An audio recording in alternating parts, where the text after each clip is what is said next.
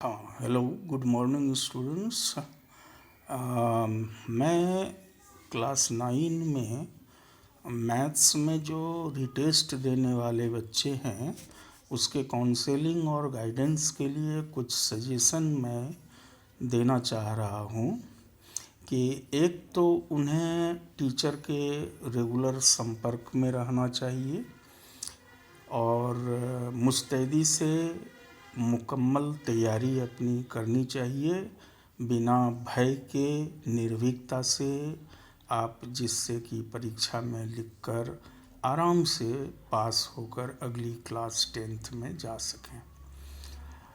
परंतु ऐसा देखा जा रहा है कि क्लास तो अपने केंद्रीय विद्यालय सहरसा में प्राचार्य माननीय प्राचार्य श्री असीमनाथ जी के एबल गाइडेंस में लॉकडाउन के शुरुआत से ही नियमित क्लासेस हो रहे हैं और सभी टीचर्स बड़े ज़ोर शोर से अपना शिक्षण कार्य में जुड़े हुए हैं।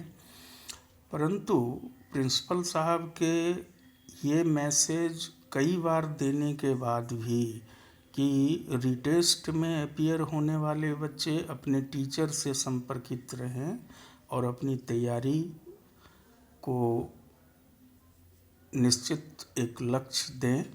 परंतु मुझे एक या दो बच्चे से ही बात हो पाई, बाकी बच्चे पता नहीं तैयारी तो कर ही रहे होंगे, पर टीचर के संपर्क में रहने से उनकी तैयारी को एक सही दिशा मिल पाएगी।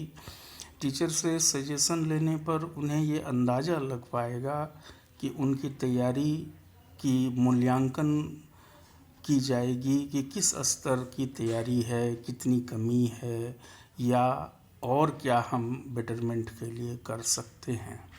तो मैं चाहूँगा कि ऐसे सारे बच्चे जितने भी हैं जो रिटेस्ट में मैथ्स सब्जेक्ट में अपीयर होंगे, उनके लिए आसिफ सर ने बहुत अच्छा काम किया है। एक सेपरेट ग्रुप बना दिया है जिसमें आप ज़रूर जुड़ जाएं यदि अभी तक नहीं जुड़े हैं और नियमित तौर पर अपने विषय से संबंधित जिस विषय में आप परीक्षा में अपीयर होने वाले हैं, जैसे अधिकांश बच्चे तो मैथ्स में हैं और साइंस में हैं, एक आध बच्चे यदि दूसरे किसी सब्जेक्ट में हों, तो अपने साइंस टीचर, अपने मैथ्स टीचर से बराबर संपर्क करें, उनसे सजेशन लें कि क्या हमें पढ़ना चाहिए। क्योंकि ऐसा अक्सर देखा जाता है कि इन बच्चों के साथ जो सबसे बड़ी समस्या होती है वो ये होती है कि कोई प्लानिंग ये नहीं कर पाते हैं कि उन्हें क्या पढ़ना चाहिए और क्या नहीं पढ़ना चाहिए, या क्या ऐसी चीज़ है जो पहले राउंड की तैयारी के बाद हम टेकअप करें। क्योंकि होता ये है कि इन बच्चों की दिशाहीनता झलकती है जब ये परीक्षा में लिखते हैं, तो इनकी भी कोशिश होती है कि हम एक ओर से क्वेश्चन 1 से शुरू करें और क्वेश्चन 30 तक लिख डालें, जैसे तेज बच्चे किया करते हैं। लेकिन वो इस चीज़ को नहीं समझ पाते हैं कि उनकी कठिनाई का स्तर अलग है।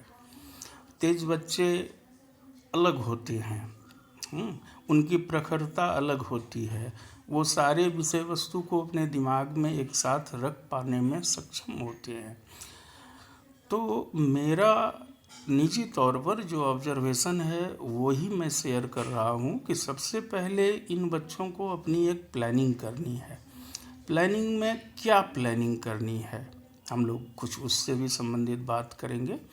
तो जैसे आपके 15 चैप्टर हैं पूरी मैथ बुक में, पूरे मैथ बुक से टेस्ट होनी है, तो उस 15 चैप्टर में पहले राउंड में आप कम से कम 50% चैप्टर का चुनाव करें, बाकी 50% को दूसरे राउंड में सीखने के लिए रख छोड़ें। अब जैसे उदाहरण के तौर पर कि 15 में से 7-8 चैप्टर ऐसे ज़रूर हैं जो तुलनात्मक बाकी 7-8 चैप्टर से बहुत ही आसान है। जैसे उदाहरण के तौर पर मैं कहूँ, आप पहला चैप्टर ले लीजिए, नंबर सिस्टम। फिर आप तीसरा चैप्टर ले लीजिए कोऑर्डिनेट ज्योमेट्री। फिर उधर लास्ट में चले जाइए आप प्रोबेबिलिटी, स्टैटिस्टिक्स, फिर Heron's formula, lines and angles, linear equation into variables, geometrical construction, polynomial, ये सब आप पहले राउंड में ले लें।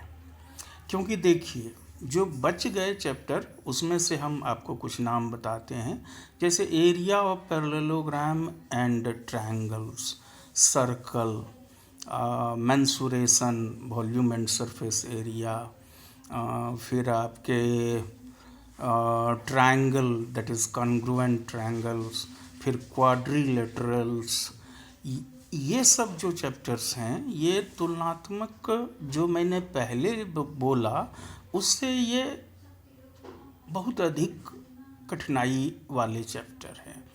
और आप क्या करते हैं, ये सारी चीज़ें पढ़ने लगते हैं तो अक्सर देखा ये गया है कि ऐसे बच्चे जिसे कि देर में सीखना होता है या कम नंबर आते हैं परीक्षा में, वो बच्चे सबसे पहले यदि पूछने के लिए टीचर कहेंगे कि कुछ पूछो, क्या तुम जानना चाहते हो, तो वो सबसे भारी वाला चैप्टर ही पहले पूछेंगे।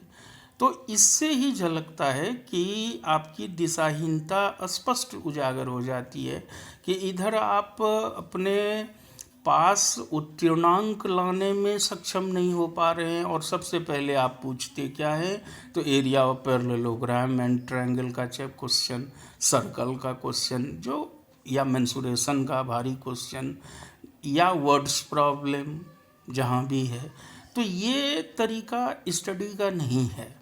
स्टडी का जो एक प्रॉपर तरीका है कि पहले राउंड में आप जो मैंने कहा वो 5, 6, 7 चैप्टर आप सेलेक्ट कर लें, फिर उसमें टीचर से संपर्क में जाएं कि सर ये सब चैप्टर में कुछ इम्पोर्टेंट क्वेश्चन जो फ्रीक्वेंटली आस्क्ड होता है, एग्जामिनेशन क्वेश्चन जिसको बोलते हैं, वो कुछ आप हमको सजेस्ट भी कर दीजिए और उसका मॉडल आंसर भी कर दीजिए, और उसी चीज़ को आप दोबारा बनाएं दूसरा क्वेश्चन लेकर, तो ज़्यादा फ़ायदेमंद होगा। मैंने इसी बात को ध्यान में रखकर कई एक वीडियो आपके लिए बनाया जिसमें ऐसे सारे क्वेश्चंस जो फ्रीक्वेंटली आस्क्ड होते हैं एग्जामिनेशन में, वो मैंने बाकायदा बनाकर मॉडल सॉल्यूशन आपको ग्रुप में डाला।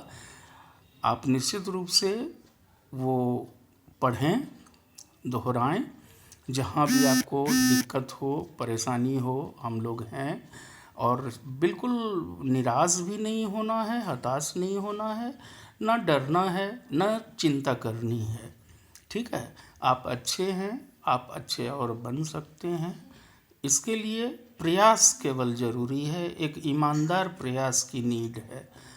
इसलिए बिना कोई चिंता फिक्र किए, बिना निराशा को दिमाग में घुमाए, आप सहर्ष खुश होकर प्रयास करें। और यदि आप ऐसा कर लेते हैं तो मैं लगभग आपको एश्योर करता हूँ कि आपको अगली क्लास जाने में कहीं से कोई बाधा नहीं आएगी। Thank you. आप उम्मीद है कि आप हमारी बातों को पालन करेंगे, अमली जामा पहनाएंगे। Thanks, have a very nice day.